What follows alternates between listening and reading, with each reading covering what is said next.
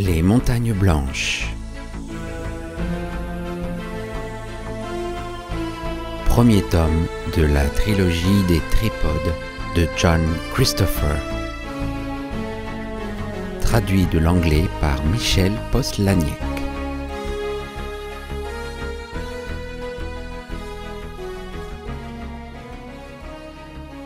Chapitre 4. Beanpole. Nous sommes arrivés à Romney à la fin d'un après-midi qui avait été alternativement beau et orageux. Nous étions mouillés et fatigués, et ma cheville me faisait mal. Personne ne fit attention à nous, pour la raison, bien sûr, que c'était une ville et que les gens en ville n'avaient pas la prétention de connaître tout le monde comme c'était le cas dans un village. C'était aussi un port, un lieu d'aller et venue très différent du train-train familier de la campagne. Il y avait une animation, un affairement saisissant, un aperçu de la mer au bout d'une longue rue, des hommes en pull bleu tirant sur leurs pipes, quelques goélands attardés cherchant leur nourriture, et toutes les odeurs, tabac, goudron, épices, et celle de la mer elle-même. La nuit tombait au moment où nous arrivions au port. Il y avait des douzaines de bateaux de toutes tailles amarrés, et d'autres plus loin, les voiles bien repliées contre les mâts. Nous avons longé le quai et lu leur nom, le Maybelle, le Cygne Noir, l'Aventurier, le Gay Gordon, mais pas d'Orion. « Il est peut-être en mer, dis-je. Que faut-il faire d'après toi ? » ?»« Il faut qu'on trouve où dormir. » Henry dit. « Je ne détesterais pas non plus trouver à manger. » Nous avions terminé nos provisions ce matin-là. Les fenêtres des tavernes étaient brillamment éclairées dans le crépuscule, et de certaines venaient des champs. De certaines aussi sortaient de bonnes odeurs de cuisine qui faisaient protester mon estomac vide. Dans une vitrine proche, il y avait sur un tableau écrit à la craie « Pâté chaud, 6 pence ». J'avais encore un peu d'argent que j'avais emporté et que je n'avais pas osé dépenser. Je dis à Henry de m'attendre et me glisser à l'intérieur. C'était une pièce basse de plafond, avec des poutres en bois, des tables en pin bien astiquées, où des gens prenaient leur repas, qu'ils arrosaient copieusement de chopes de bière. Je ne les examinais pas de près, mais allai au comptoir où je donnai mon shilling à une fille brune, qui me tendit 2 pâtés en continuant de parler avec un marin de la table voisine.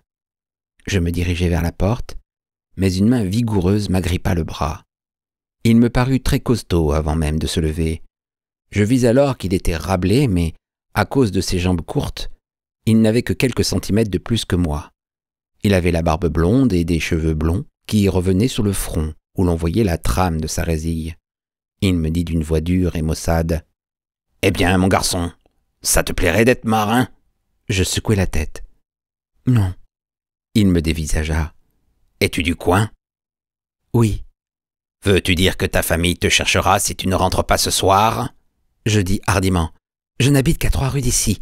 On me cherchera si je ne rentre pas tout de suite. » Il resta silencieux un instant, puis se mirent à rire fort et de façon déplaisante. « Tu me dis ça avec un accent comme le tien. Tu viens de la campagne, si je ne me trompe. » Je fis un mouvement brusque pour essayer de me sauver. « Allons, du calme. Garde tes forces pour le Cygne Noir. » Il me tira vers la porte. Personne ne faisait attention et je compris que cette scène ne devait pas être rare. Crier au secours n'aurait pas arrangé les choses non plus. Si on me remarquait, on pourrait très bien me poser des questions auxquelles je n'avais pas envie de répondre. Dehors, je trouverais peut-être un moyen de m'échapper. Pas facilement cependant, car j'avais senti sa force, et le Cygne Noir était amarré à moins de 100 mètres. Mais je le vis en atteignant la porte. Un homme grand et basané, au visage allongé et aux lèvres minces, à la barbe noire. Je criai « Capitaine Curtis !» Il me jeta un coup d'œil rapide et jaugea mon ravisseur. « Laisse-le, Rowley. C'est mon gars, je l'ai engagé cet après-midi. » L'homme qu'il avait appelé Rowley semblait sur le point de discuter, mais le capitaine Curtis fit un pas vers lui et il me lâcha le bras. Il dit « Tu devrais le garder à bord et ne pas le laisser traîner en ville. »« Je fais ce qui me plaît de mon équipage, » dit le capitaine Curtis. « Je n'ai pas besoin de tes conseils. » Ozymandias avait dit que la traversée de la mer serait la partie la plus facile, et il avait raison. L'Orion faisait partie des bateaux ancrés à quelques encablures du port, Nous ne l'avions pas vu parce qu'il suivait la marée de minuit, et le capitaine Curtis nous y emmena en canot. Il nous fit traverser le port à l'aviron, se frayant un passage entre les lignes et les bouées, jusqu'à la coque noire du bateau. C'était un chalutier d'à peine 100 tonnes, mais il me parut énorme quand je montais sur le pont, par une échelle de corde, en m'écorchant les doigts. Un seul des 6 membres de l'équipage était à bord. Un grand un peu gauche et gentil, avec des anneaux d'or aux oreilles. Les autres étaient coiffés, avait dit le capitaine, mais lui était des nôtres. Il était essentiel que nous ne soyons pas vus par le reste de l'équipage, à cause de la difficulté à expliquer notre seul voyage aller.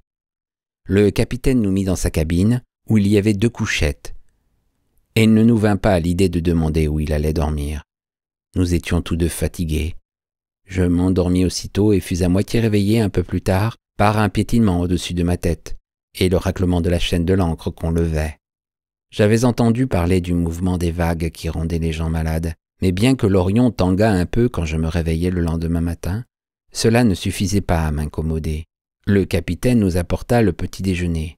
Bacon, œufs au plat, une montagne de pommes de terre frites et des tasses pleines d'un liquide brun très chaud qui dégageait une drôle d'odeur agréable.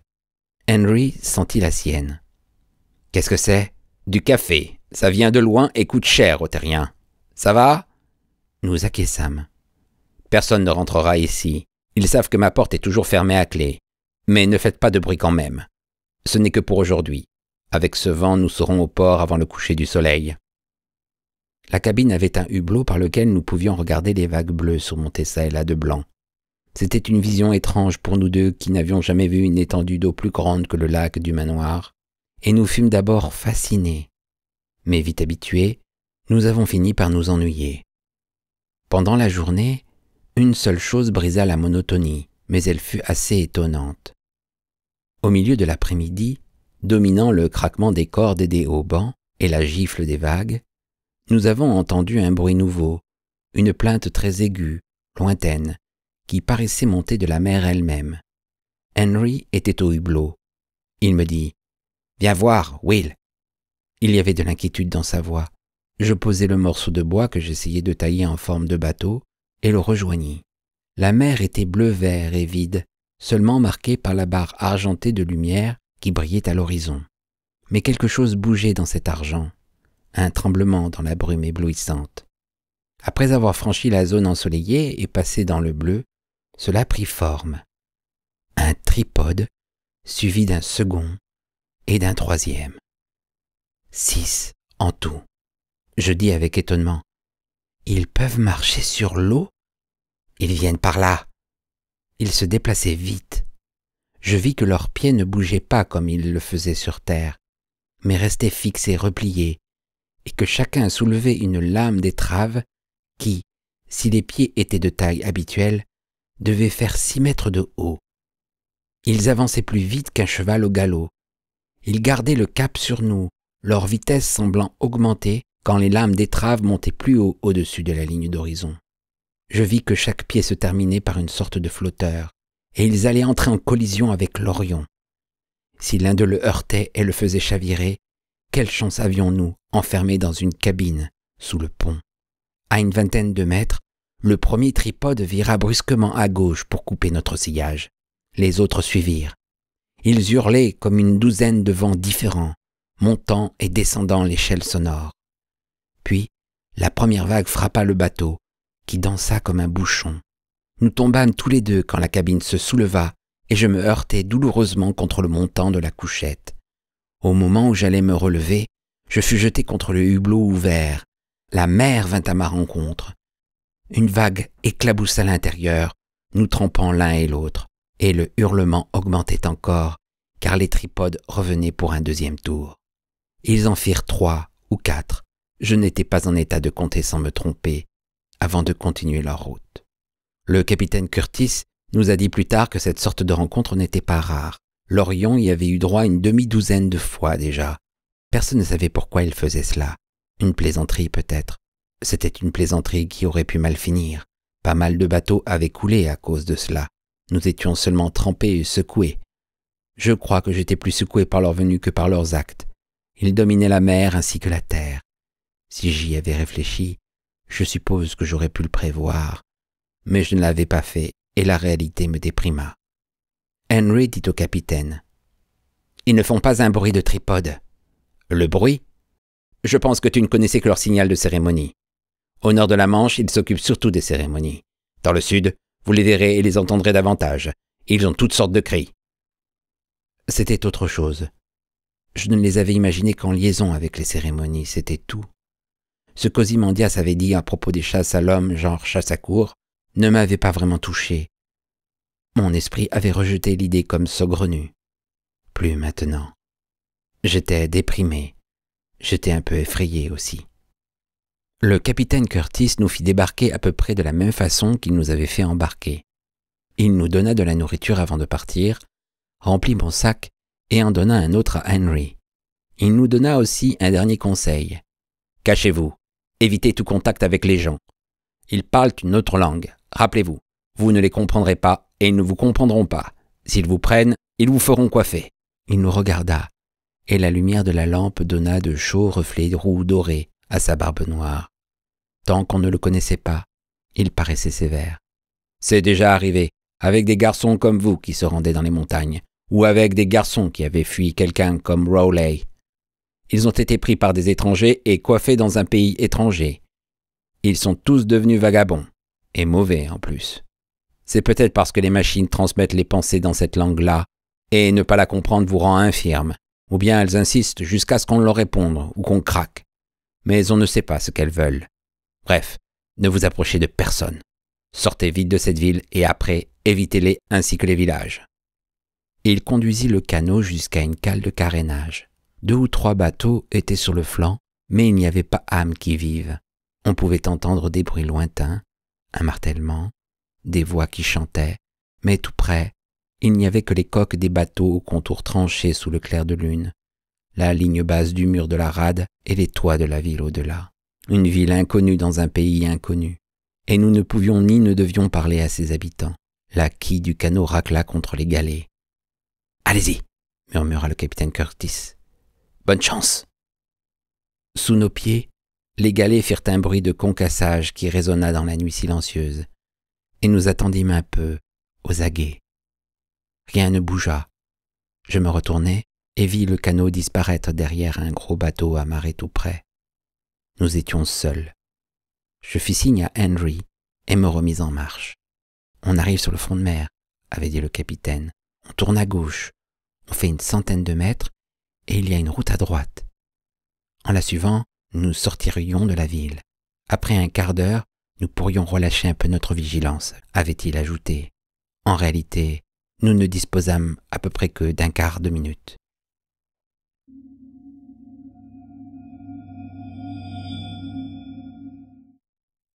Une route courait le long du mur, et d'un côté, il y avait une rangée de maisons, plus hautes et apparemment plus étroites que celle de Rumney.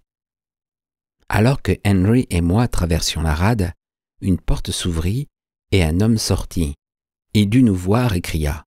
Nous nous sommes mis à courir, mais il nous a poursuivis, et d'autres sont apparus aussi à la porte. J'ai fait peut-être 50 mètres avant d'être rattrapé. Celui qui me tenait, un grand à l'air farouche et à mauvaise haleine, m'a secoué et m'a demandé quelque chose. Du moins, j'ai supposé qu'il me posait une question. J'ai cherché Henry, et j'ai vu qu'il était pris aussi. Je me suis demandé si le capitaine Curtis avait entendu les éclats de voix. Sans doute que non. Et si oui, il n'aurait pu rien faire. Il nous l'avait bien dit. Ils nous firent traverser la rue. La maison était une taverne, mais fort peu semblable à celle de Rumney. Nous étions dans une petite salle pleine de fumée et de vapeur d'alcool, mais le tabac et l'alcool sentaient différemment. Il y avait un bar et une demi-douzaine de tables au-dessus de marbre, avec des chaises à grands dossiers. Les hommes nous entouraient et parlaient de façon incompréhensible, en faisant beaucoup de gestes des mains. J'avais l'impression qu'ils étaient déçus par quelque chose. Au fond de la salle, il y avait un escalier en colimaçon qui montait et descendait aussi. Quelqu'un nous regardait d'en haut, par-dessus les têtes qui nous entouraient. Bien qu'il fût grand et eût l'air assez âgé, il n'avait pas été coiffé. Mais ce qui me frappa, c'était ce qu'il portait sur le visage. Des tiges de métal partaient de derrière ses oreilles et maintenaient un dispositif avec 2 morceaux de verre rond un devant chaque œil. L'un d'eux était légèrement plus grand que l'autre, ce qui lui donnait un peu l'air de loucher. Même dans notre situation difficile, je le trouvais drôle. Il semblait assez vieux pour être un vagabond, bien que ce fût impossible puisqu'il n'était pas encore coiffé. Il me vint à l'esprit que son air âgé était la conséquence de cette invention baroque qu'il portait sur le visage. Il avait malgré tout les traits fins. Même s'il était beaucoup plus grand que moi, il pouvait avoir mon âge. Mais je n'eus pas beaucoup le temps d'y réfléchir. Après nous avoir harcelés quelques minutes dans leur langue étrangère, ces hommes aboutirent manifestement à une conclusion. Il y eut des haussements d'épaules et des mouvements de mains, et on nous poussa vers l'escalier. On nous fit descendre et franchir brutalement une porte. Je me retrouvai à plat ventre et entendis une clé tourner dans la serrure. Pendant environ une demi-heure, nous avons entendu au-dessus de nos têtes des bruits de pas et de conciliabules. Puis, il y eut de l'agitation, et par la fenêtre haute, aux barreaux verticaux, nous avons vu des jambes se profiler dans le clair de lune, tandis que les clients rentraient chez eux. Personne ne descendait nous voir. Nous entendîmes les verrous claquer, les derniers piétinements. Ce devait être le tenancier, et après cela, rien d'autre qu'un grattement lointain, provenant sans doute d'un rat. Le plus probable, c'était qu'on nous détenait en vue d'une cérémonie. Je fus à nouveau effrayé en prenant conscience de cette éventualité très proche. Cela pouvait être demain, et, en envisageant, pour la première fois semblait-il, cet avenir de fou solitaire. Il n'y aurait même pas Henry, puisque les vagabonds erraient seuls, chacun enfermé dans ses propres délires. Henry dit « Je me demande ». Entendre sa voix me réconforta un peu. « Quoi ?»« La fenêtre. Si je te faisais la courte échelle. » Je ne croyais pas qu'il nous avait emprisonnés dans un lieu d'où l'on puisse échapper facilement, mais c'était une façon de s'occuper. Henry s'agenouilla contre le mur, et je montai sur ses épaules une fois déchaussé. Je sentis un spasme douloureux dans ma cheville, mais je n'en tins pas compte. Il se redressa lentement pendant que je gardais les mains contre le mur, et j'atteignis les barreaux. Je pus ensuite les saisir, l'un après l'autre. Je tirais, poussais, mais ils étaient fermement scellés dans la pierre, en haut et en bas. Henry bougea, et je lui dis « Ça ne marche pas. Essaie encore, si tu… » Il se tut, et j'entendis ce qu'il avait entendu, le raclement d'une clé dans la serrure. Je sautai à terre, et attendis, en fixant le rectangle plus sombre de la porte. Elle s'ouvrit lentement en grinçant. Il y avait de la lumière, une lampe contenait en l'air, et cette lumière faisait briller 2 petits verres ronds. C'était le garçon qui nous avait observés de l'escalier. Il parla alors, et, à mon grand étonnement, en anglais. « Ne faites pas de bruit, dit-il. Je vais vous aider. » Nous le suivîmes en silence dans l'escalier où les vieilles planches craquaient sous nos pieds, et dans le café. Il tira les verrous très prudemment, mais ils firent un bruit affreux. Enfin, la porte fut ouverte. Je murmurai « Merci, nous ». Il avança la tête, le machin sur son nez paraissant encore plus grotesque, et dit « Vous voulez aller sur le bateau? Je peux encore vous aider. » « Non, pas sur le bateau, vers le sud. »« Le sud? À partir de la ville? En terre? Pas en mer? »« Oui, dis-je, vers les terres. »« Je peux aider là aussi. » Il souffla la lampe et la posa dans l'entrée. « Je vais vous montrer. » La lune éclairait encore très bien le bord de mer et les mâts doucement agités des bateaux du port. Mais par endroits, les étoiles étaient cachées par les nuages et un vent venait de la mer. Il prit la direction indiquée par le capitaine, mais très vite, il nous conduisit dans une ruelle. Nous montâmes des marches, et la ruelle se mit à tourner et à virer. Elle était si étroite que le clair de lune n'y pénétrait pas.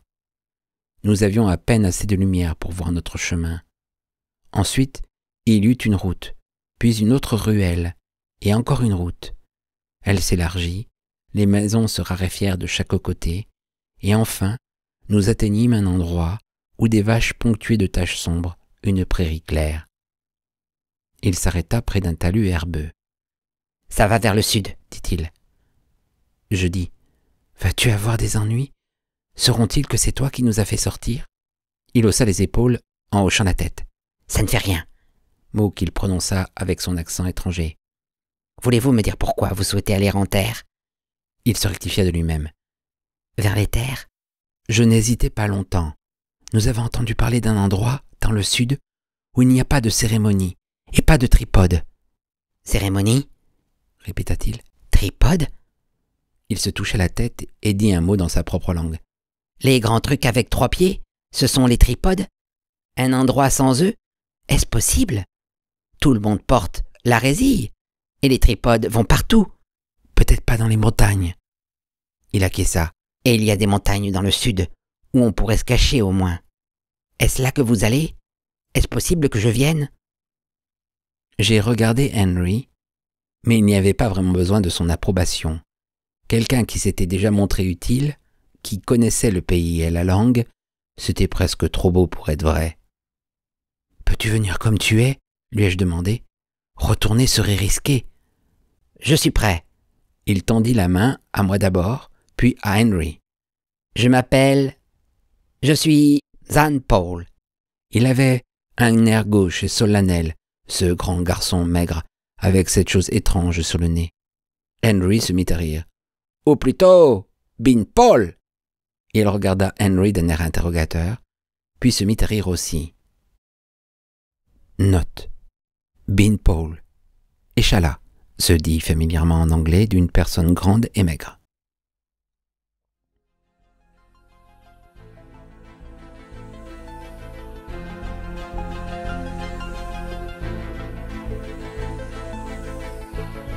C'était Les Montagnes Blanches, tome 1 de la trilogie des tripodes, de John Christopher. Chapitre 4. Bin Paul.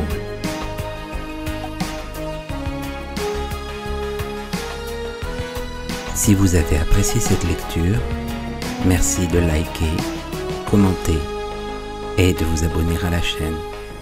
À bientôt.